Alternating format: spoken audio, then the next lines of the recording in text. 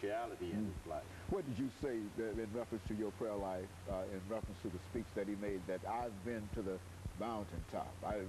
How could you deal with anything without dealing with that? Exactly, exactly. That was a speech peppered with spirituality, if I might make that kind of point. Dr.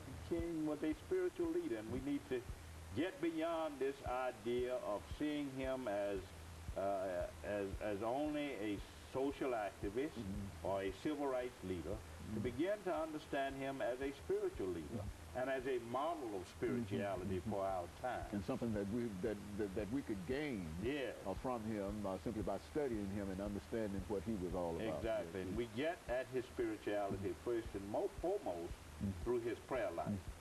Well, Dr. Baldwin, you know, you've had a chance to deal with Dr. King over many, many years. And do you think that his reputation is becoming, what do you think about his reputation at this time? I think there's a tendency today to domesticate Dr. King. We often, the Glenn Beck demonstration last year in August, or this year I should say, in August of 2010, was staged as an event designed to promote the civil rights movement.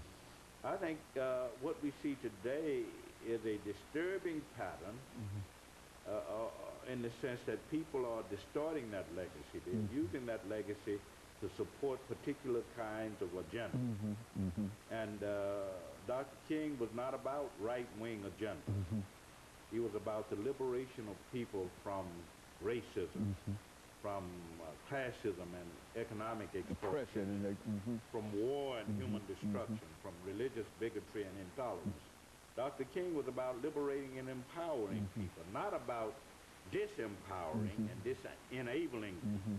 And I think we have to keep that in mind as we celebrate. And would you predict a greater celebration this year because of that? And why would we celebrate? We've got a black president now, and what does that mean in terms of? But I think Dr. King would say that we have not yet reached the promised land. Okay. That, we have an African American in the White House, but we still have a long way to go in terms of achieving not only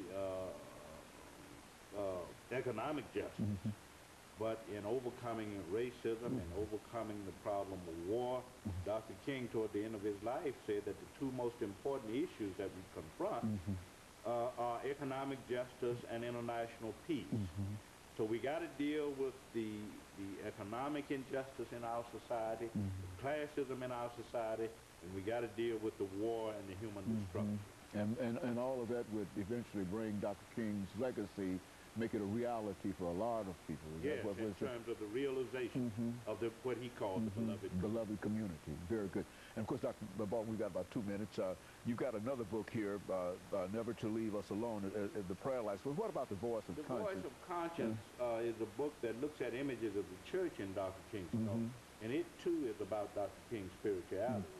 But I focus on biblical images of the church as temple of God, the church as covenant community, the church as body of Christ, and also some cultural historical images such as the church as conscience of the state, the church as moral guardian of society.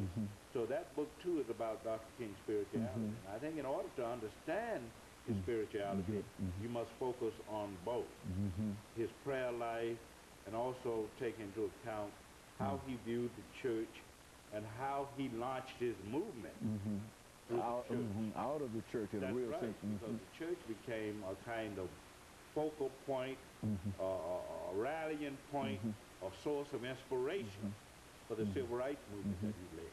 And you know, it's hard to argue against the church if you're talking about equality, you see, and so that's it would be that would be the forum.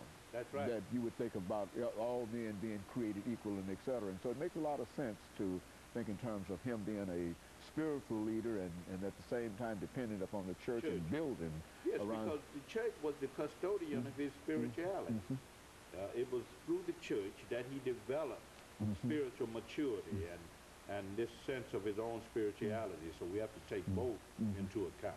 Say something, Dr. Baldwin, in 30 seconds about going to church. I think that's important. And when you read Dr. King's speeches and his interviews and his letters, that is very, very important. I think a lot of us today don't consider that to be very important. It's not about simply going to church, but participating in the life of the church through tithing, through participating in other activities in the church. That was quite important for Dr. King, because first and foremost, he was not only a man of spirituality, but he was a man of the church as well. Good. He was a man of God, too. Yeah. And, of course, let me thank you, Dr. Baldwin, for bringing that excellent information to us. And let me encourage our audience to tune in again next week for another informative edition of Comments. Thank you, and good morning.